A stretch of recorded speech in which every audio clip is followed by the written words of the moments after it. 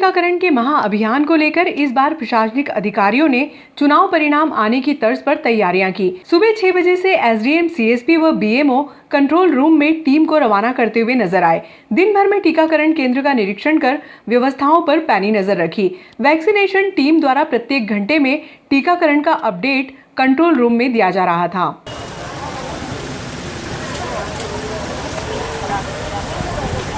भैया ये भी करीब 50 करीब एक लाइन में 50 100 है, 100 करीब तो हो जाएंगे। कितने थे? 300 200 वही है अपने 300 से ऊपर पड़ जाएगा।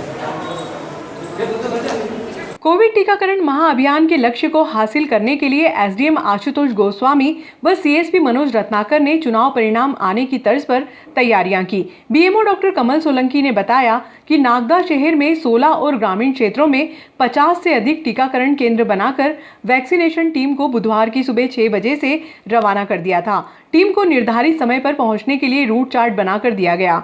वहीं मॉनिटरिंग के लिए नगरपालिका व पुलिस अधिकारियों को जिम्मेदारी सौंपी गई। टीम ने वैक्सीनेशन केंद्र पर पहुंचकर कंट्रोल रूम पर एसएमएस किया।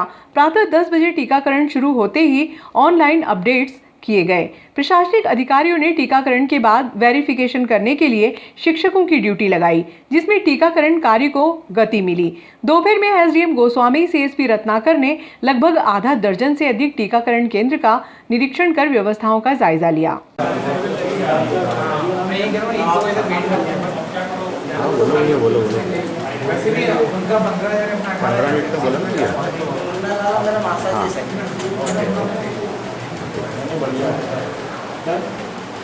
दीदी आप थोड़ा पीछे हो इतना पास खड़े हो, थोड़ा पीछे हो जाए, आराम से अंदर आएगा चाहिए। थोड़ा दो कदम छेड़े नीचे आइए यार, मत चढ़ो एक दूसरे पे यार, थोड़ा दोनों आ जा, पीछे हो जा आप भी। अरे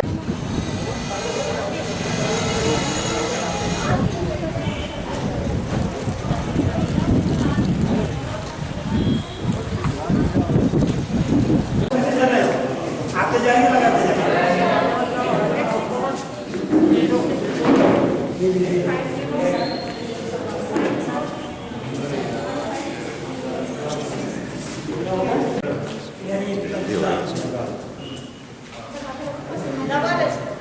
सील लगा रहे हो आप?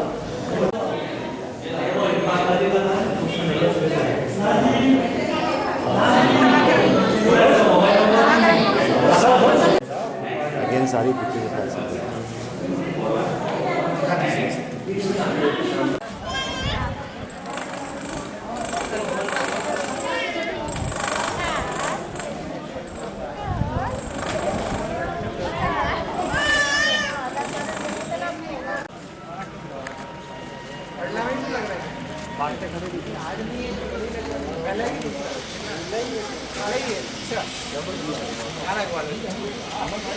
मैडम बढ़िया यार, आप लोगों तो बहुत ही अच्छा कर रहे हैं, बहुत ही बढ़िया है। कितने हो गए? 220 आने वाले वैक्सीनेटर है मैडम, दादा नहीं।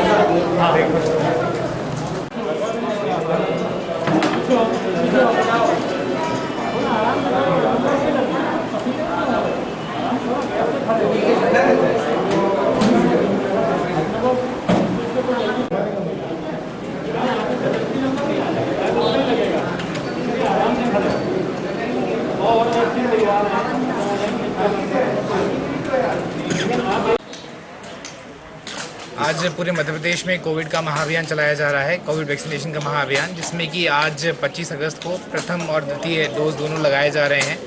आज नागदा अनुभाग के अंतर्गत भी 66 सेंटर बनाए गए हैं, जिसमें से 50 ग्राम पंचायत लेवल पर टीकाकरण केंद्र हैं और 16 नागदा शहर में और उन्नील शहर में मिला के हैं। जैसे कि आप देख रहे हैं मेरे पीछे अपार जनसमूह हैं, यहाँ पे बड़ी संख्या में लोग आ रहे हैं, अपना पहला और दूसरा डोज लगातार करा रहे हैं। सुबह 5 बजे से हमारी सारी टीम लगी हुई है। कोविड कंट्रोल रूम में भी हम लोग लगातार मॉनिटरिंग कर रहे थे, चाहे वो वैक्सीन्स को सेंटर पे टाइम पे पहुंचाना हो, वेरीफायर्स हो, वैक्सीनेटर को सबको टाइम पे पहुंचाया गया। और 9 बजे से सुनिश्चित किया गया कि वैक्सीनेशन प्रारंभ किया जा सके। और जहाँ पे भी वैक्सीन की कमी हमको ऐसी महसूस हो रही है, हालांकि प्रत्येक केंद्र का टारगेट अराउंड 300 रखा गया है और नागदा अनुभाग का 18,000 रखा गया है, लेकिन कहीं पे भी ऐसी कमी हमको महसूस होती है तो 2 बजे हम लोग दोबारा कोशिश करेंगे नई वैक्सीन के स्लॉट हमको उपलब्ध होते हैं, जिससे कि अधिक से अधिक संख्या में आज लोगों को वैक्सीन का लाभ दिलाया जा सके। और जैसे कि हम देख रहे हैं कि व्यवस्था सब तरह से ठीक चल रही है। मुझे उम्मीद है कि कल जो 26 अगस्त है, जो सेकेंड डोज इनका ड्यू है, लोग आएंगे, बड़ी संख्या में आएंगे और अपना सेकेंड डोज भी लगवाएंगे। आज पहला और दूसरा दोनों डोज लग रहे हैं और कल सेकेंड डोज अकेला लगेगा। आज कोवैक्सीन का महाअभियान चल रहा है। इसी के तारतम्य में शहर में और देहात में अधिकतर सेंटरों पर पुलिस बल लगाया गया है। उसके अलावा 2 wheeler mobile party, 4 wheeler mobile party भी देहातों में भ्रमण कर रही हैं, ताकि ये वैक्सीनेशन का महाअभियान शांतिपूर्वक, सफलतापूर्वक संपन्न किया जा सके। उसी के तारतम्य में हम लोग निरीक्षण कर रहे हैं जगह जगह, तो अभी तक जहाँ गए हैं सभी जगह शांति व्यवस्था है और पूरी व्यवस्थित काम चल रहा है। धन्यवाद। 25 अगस्त महाअभियान का जो आयोजन किया गया है, इस संबंध में नागदा शहर में हमारे केवल कुल 13 सेंटर बनाए गए हैं, जिसमें कोविशील्ड का फर्स्ट एवं सेकेंड डोज लगाया जा रहा है। और इसी तरह से पूरे ब्लॉक में हमारे 126 केंद्र बनाए गए हैं, जिसमें से नागदा अनुभाग में 66 केंद्र हैं और हर केंद्र पर 300 की संख्या में वैक्सीन उपलब्ध है। मेरी सभी लोगों से अपील है कि सभी लोग अपना टीकाकरण कराएं, ज़्यादा से ज़्यादा कराएं। धन्यवाद। राखी के दिन पैसेंजर ट्रेन पर पथराव करने वाले एक आरोपी को आरपीएफ पुलिस ने गिरफ्तार कर लिया। आरोपी को रेलवे न्यायालय रतलाम में पेश किया जाएगा। शेष आरोपियों की गिरफ्तारी के लिए टीम रवाना की है। पैसेंजर ट्रेन पर पथराव करने वाले आरोपियों को पकड़ने में आरपीएफ पुलिस ने सफलता हासिल की है। टीआई अवधेश कुमार दुबे ने बताया कि राखी के दिन दोपहर में लगभग 3 बजे खजूर वाले बाबा की दरगाह के समीप 3 युवकों ने पैसेंजर ट्रेन पर पथराव कर दिया, जिससे ट्रेन के कांच फूट गए। आरपीएफ ने बुधवार को आरोपी विकास कालेट पिता स्वर्गीय दिलीप कालेट निवासी जबरन कॉलोनी को गिरफ्तार कर लिया। आरोपी विकास ने पुलिस को बताया कि धर्मेंद्र पिता नरसिंह निवासी जबरन कॉलोनी, पंकज व नितिन निवासी बंजारी बस्ती के साथ रेलवे ट्रैक के समीप बैठकर शराब पी रहे थे। इसी दौरान पैसेंजर ट्रेन निकली। ट्रेन में सवार 2 युवकों ने अपशब्द कहे, जिसको लेकर पथराव किया, जिससे ट्रेन के कांच फूट गए। आरपीएफ ने विकास को गिरफ्तार कर रेलवे न्यायालय में पेश किया। शेष आरोपियों की गिरफ्तारी के लिए पुलिस दल बल के साथ रवाना है। आरोपियों को पकड़ने में एएसआई सूर्यभान सिंह, एएसआई अंसार हुसैन, आरक्षक उदय सिंह, राकेश दुबे आदि की भूमिका रही। दिनांक 22/8/2021 को गाड़ी नंबर 9489 अहमदाबाद गोरखपुर में इंजन से 2 कोच पीछे D2 में कुछ अज्ञात लोगों ने पत्थर मारा, जिससे खिड़की के कांच टूट गए। तो हमने एक टीम गठित किया और टीम के द्वारा प्रयास किया गया और हमने उसके मेन आरोपी को पकड़ लिया, जिसका नाम विकास है। और इसके बाबत हमने DRP में केस भी रजिस्टर कराया है। और मेन आरोपी ये है, उस दिन क्या हुआ था? सर हम खजूर वाले बाबा के यहाँ दारू पी रहे थे, घर जा रहे थे, तो तब उधर से ट्रेन आ रही थी। तो हमने क्या कहा, वो ट्रेन में 2 व्यक्ति गेट पे बैठे हुए थे, उन्होंने गाली दी। तो हम खाए पिए हुए थे, तो हमने क्या कहा कि बाटा उठा और मारा। तो क्या हुआ कि वो गेट वाले के तो नहीं लगी, और दूसरे के लग गई कांच में, और कांच फूट गया था।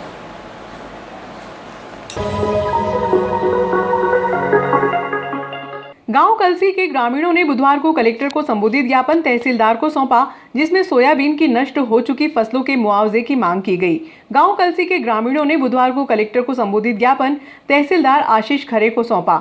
ज्ञापन में इल्ली के प्रकोप व पीला मोजक रोग से नष्ट हो चुकी फसलों के मुआवजे की मांग की गई। तहसील नागदा जिला उज्जैन में लगातार बारिश से मौसम परिवर्तन के कारण सोयाबीन फसल में भारी इल्ली का प्रकोप तथा आकलन से फसल का तत्काल सर्वे कराकर हम पीड़ित किसानों को फसल बीमा व मुआवजा प्रदान करने के बावजूद उपभोक्ता विषय से निवेदन है कि हमारे गांव में लगातार हो रही बारिश एवं मौसम परिवर्तन के कारण गांव में कृषकों की सोयाबीन फसल को इल्ली के भारी प्रकोप तथा पीला मोजक रोग के कारण फसल बीजने की नहीं हो जाने से सोयाबीन फसल बांझ रह गई है।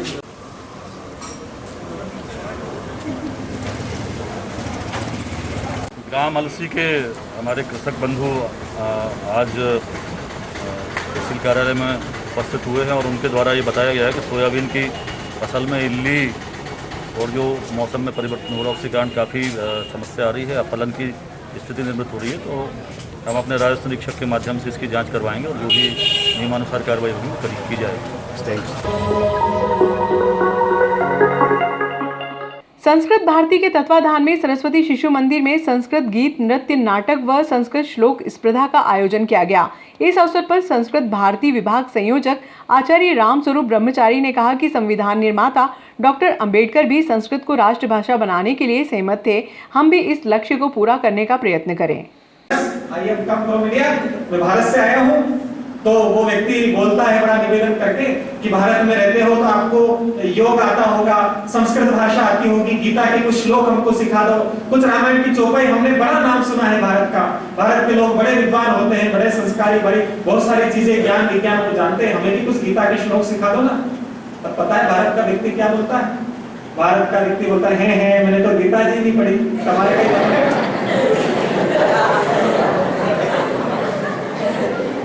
तो आश्चर्य होता है ये सब देख करके। लेकिन इस निराशा के माहौल में भी एक आशा की किरण है। हम जब देखते हैं कि सरस्वती शिशु विद्या मंदिर में जब संगठन के माध्यम से जब समाज के ऐसे समर्पित लोग कार्य करते हैं और संस्कृत के लिए, भारत के लिए, भारतीयता के लिए।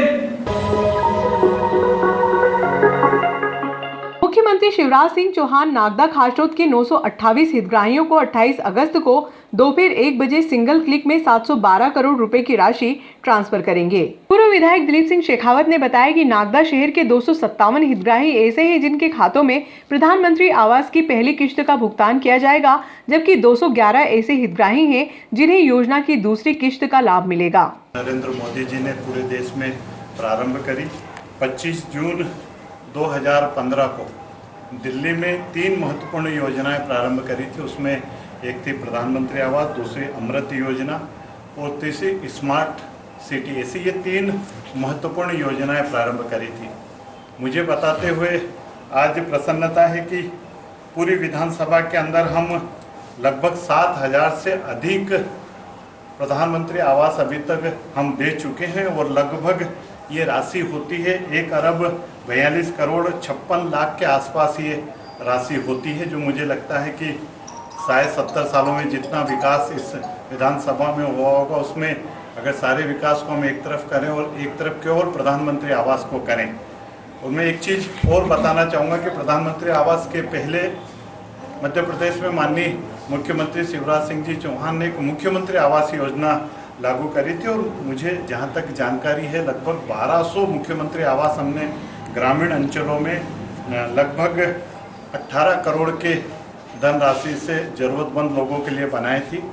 मुझे कहने में कोई संकोच नहीं है कि 2018 नवंबर में जब कांग्रेस की सरकार बनी थी और मार्च 2020 तक मुझे लगता है कि जितने भी प्रधानमंत्री, एक भी प्रधानमंत्री आवास नवंबर 2018 से लेके मार्च 2020 तक एक भी प्रधानमंत्री स्वीकृत नहीं हुए। अब कहने के लिए कांग्रेस के मित्र ये कहेंगे कि ये योजना तो केंद्र की है, लेकिन इसमें मध्य प्रदेश सरकार का लगभग 40% हिस्सा रहता है और 60% हिस्सा केंद्र की सरकार का रहता है।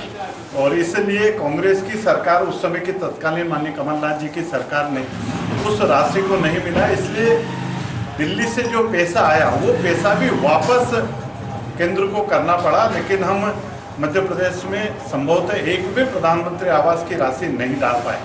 और तो और मैं ये कहूँगा कि नागदा नगर पालिका हो, चाहे खाचरोद नगर पालिका हो, चाहे जनपद हो हमारी, इन तीनों में भी राशि और यहाँ तक कि जो 2018 नवंबर के पहले जो प्रधानमंत्री आवास की प्रथम, द्वितीय और द्वितीय किस्त डल गई थी, प्रथम वालों को द्वितीय किस्त नहीं डाली और द्वितीय वालों को तृतीय किस्त नहीं डाली, और जो नए प्रस्ताव स्वीकृत होने थे वो प्रस्ताव भी स्वीकृत नहीं हुए। कुछ दिन पहले ही हमने फिर, जब माननीय शिवराज सिंह जी की सरकार बनी, तो फिर हमने प्रधानमंत्री आवास की जिन लोगों को द्वितीय किस्त मिल गई थी उनको तृतीय किस्त और जिनको प्रथम किस्त मिल गई थी उसको द्वितीय किस्त डाली है। अभी मुझे कहते हुए ये गर्व है कि 28 तारीख को 1 बजे माननीय मुख्यमंत्री जी खंडवा से जुड़ेंगे लेकिन पूरे मध्य प्रदेश के प्रत्येक नगर पालिका में ये कार्यक्रम आयोजन होगा। हमारे नागदा और खाचौद में भी 11 साढ़े 11 बजे के आसपास ये कार्यक्रम होगा और उस दिन हम लगभग 894 लोगों को उसमें अलग लगे। नागदा में 257 लोगों को हम प्रथम किस्त डालेंगे। ये नई स्वीकृति है 257 लोगों की जिनकी पेंडेंसी काफ़ी दिनों से पड़ी थी। 211 लोगों को हम द्वितीय किस्त डालेंगे और 426 लोगों को तृतीय किस्त डालेंगे। ऐसे करके हम लगभग 894 लोगों को 6.81 करोड़ रुपया नागदा शहर के अंदर डालेंगे। ऐसे ही खाचौद के अंदर प्रथम 3 लोगों को हम डालेंगे, द्वितीय 25 लोगों को, तृतीय 6 लोगों को हम किस्त डालेंगे। ऐसे 34 लोगों को 31 लाख रुपए डालेंगे। कुल मिला के 928 लोगों को 7.12 करोड़ रुपए हम प्रधानमंत्री आवास के डालेंगे। जो मैंने प्रधानमंत्री जी की अति महत्वपूर्ण प्रधानमंत्री आवास योजना के अंतर्गत 28 अगस्त को मध्य प्रदेश शासन के द्वारा माननीय मुख्यमंत्री शिवराज सिंह जी चौहान साहब के द्वारा ऑनलाइन जुड़कर एक क्लिक में नागदा नगर में लगभग 258 लोगों को नवीन प्रधानमंत्री आवास की प्रथम किस्त 1 लाख रुपए की राशि डालने का कार्य किया जाएगा एवं इतनी ही लगभग राशि के जो हमारे दूसरी किस्त के जो नागरिक रह गए थे उनकी दूसरी किस्त को भी डालने का काम मध्य प्रदेश शासन माननीय मुख्यमंत्री जी श्री शिवराज सिंह जी चौहान साहब के द्वारा किया जाएगा। नागदा नगर में जब जब भी किसी योजना का अच्छी तरह से ठीक तरीके से क्रियान्वयन होता है और उस क्रियान्वयन में कुछ समय जरूर लगता है। मैं बताना चाहूँगा मीडिया के माध्यम से, अभी 2-3 महीने के अंदर कांग्रेस के जनप्रतिनिधियों के द्वारा हर अच्छी योजना को कुछ न कुछ ऊंच नीच बताकर उस योजना को असफल करने का प्रयास किया जाता, नागरिकों को भ्रमित करने का प्रयास किया जाता। लगभग 2 महीने से अभी प्रधानमंत्री आवास की किस्तों में पैसा नहीं डलने से अविलंब हुआ था। खुशी का वातावरण जब ये पता चला कि प्रधानमंत्री आवास योजना के अंतर्गत लगभग 928 लोगों को राशि प्राप्त होने वाली है और लगभग 7 करोड़ 12 लाख की राशि नागदा खाचौद विधानसभा क्षेत्र में आने वाली है। मैं बैठ के बड़ी गंभीरता से आदरणीय हमारे पूर्व विधायक जी को सुन रहा था और मैं ये भी कह रहा था कि भाई साहब आपने पूरा कागज चार्ट आउट करके और कितनी बारीकी से एक एक अंक को लिखा है। भारतीय जनता पार्टी का प्रत्येक कार्यकर्ता, हमारे वरिष्ठ नेतागण और विशेष रूप से हमारे पूर्व विधायक दिलीप शेखावत जी जिस तत्परता के साथ योजनाओं का लाभ दिलाने के लिए, योजनाओं को हमारे लाभार्थियों तक पहुंचाने के लिए लगते हैं, एक अमिट काम है। और सत्ता में आना, सत्ता में आकर फिर अपने काम को अंजाम देना, वो भारतीय जनता पार्टी के वरिष्ठ नेता जिनके मार्गदर्शन में हम लोग सब काम करते हैं, उनसे हमें सीखने को मिलता है। मैं ढेरों बधाई। दिनांक 28 अगस्त को एक मध्य प्रदेश में जो प्रधानमंत्री आवास योजना के अंतर्गत जो हमारे सैकड़ों हितग्राही हैं, नागदा खाचौद विधानसभा में उन हितग्राहियों को लगभग 7 करोड़ 12 लाख रुपए की राशि 928 हितग्राहियों को नागदा कम्युनिटी हॉल में और खाचौद में भी इस राशि का वितरण होने जा रहा है।